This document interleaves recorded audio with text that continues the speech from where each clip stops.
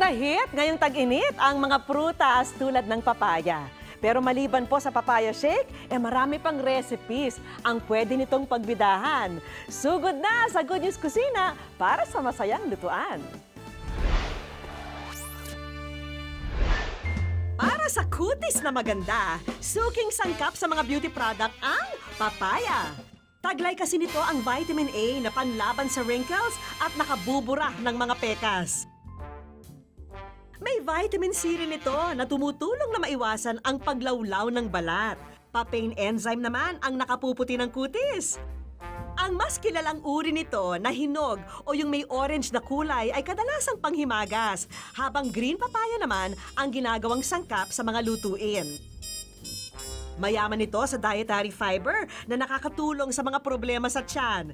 Nagpapatibay naman ng immune system ang taglay nitong vitamin C.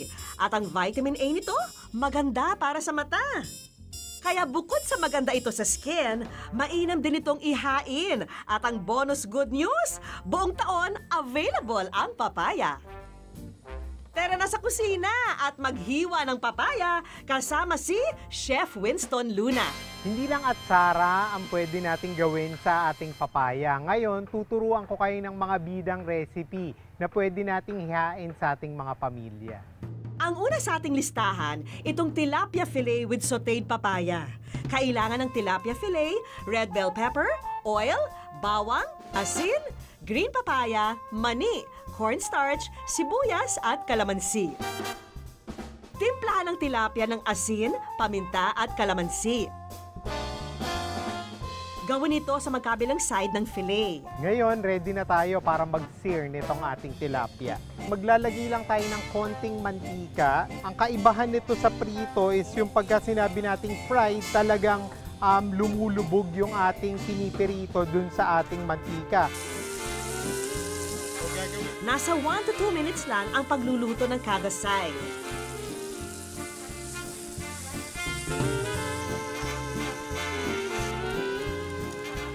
So ngayon, ready na tayo para isote yung ating papaya.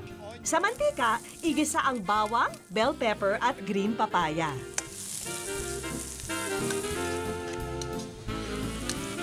So dito, hihintayin lang natin maluto yung ating papaya, bell peppers. Pagkatapos nun, lalagyan natin siya ng asin. Lagyan ito ng mani for added flavor and texture. Ihalo ang kalamansi at lagyan ng konting tubig. Lalagyan ko siya nung ating pinaghalong cornstarch at tubig. So ito na yung magiging sauce niya.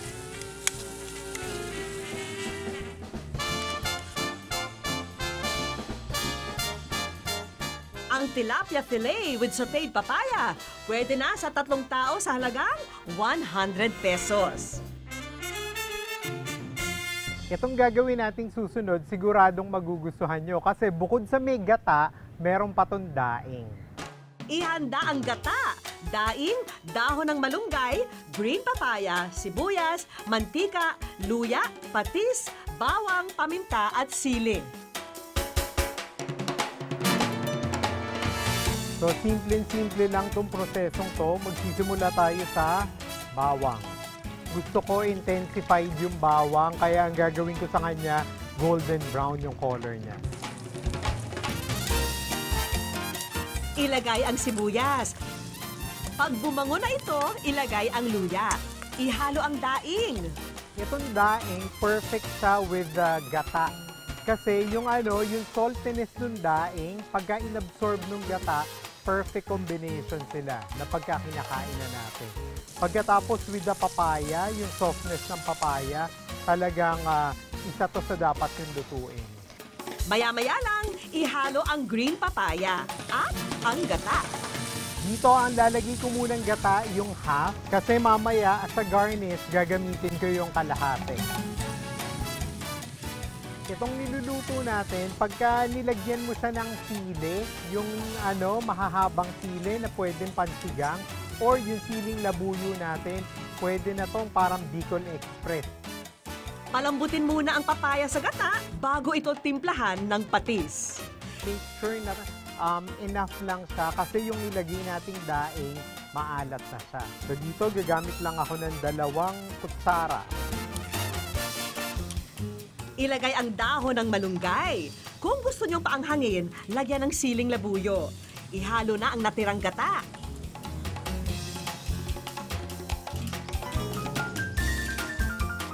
Ito na ang ating ginatang papaya, perfect pang ulam. Nagkakahalaga ang dish na ito ng 90 pesos na good for 3 persons. For an even healthier option, ito ang dapat niyong subukan. Mag-ready ng green papaya, kalamansi, toyo, red bell pepper, bawang, mani, mantika, tokwa at sili. Ito, meron akong tofu dito na kinat natin siya. Ang gamit ko, hard tofu. Or ito yung tinatawag nating tokwa. Timplahan ito ng asin at paminta bago iprito sa mantika.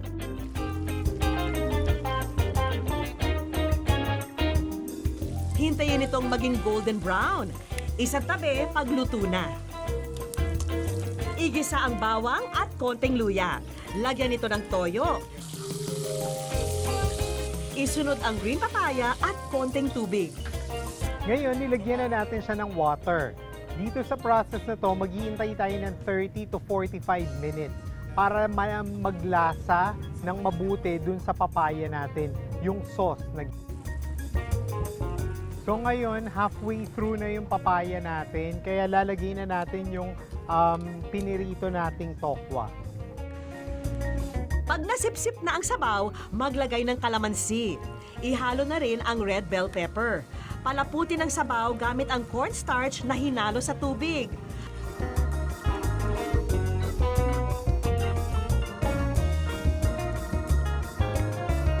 Ang braised tofu and papaya, mapagsasaluhan ng 3 tao for 85 pesos only. Merienda time! Ngayon, gagawa tayo ng homemade papaya ice cream. Konting sangkap lang ang kailangan. Ang hinog na papaya, heavy cream, fresh milk, powdered or skimmed milk at asukal. Ang una natin gagawin, paghahaluin natin yung ating cream. Ito yung heavy cream na gamit natin. Pagkatapos, lalagyan natin siya nitong ating milk. Ihalo ang asukal at powdered milk. Pagkatapos nun, yung ating papaya, ang gagawin lang natin, ika-crush lang natin siya. Kanina, kung ang ginamit natin yung mga papayang kulay green, ngayon ang gamit naman natin yung hinog na papaya. Paghaluin ng maigi mga mami para maging mala ice cream na pag natapos tayo. Maging madali, gagamit tayo ng blender ngayon. Gawing paunti-unti ang blending para makapasok ang maraming hangin dito. After natin siyang ma-blender, ready na tayo para ilagay natin siya sa freezer for 3 to 4 hours.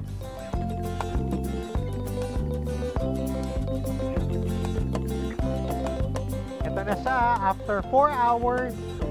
Yep.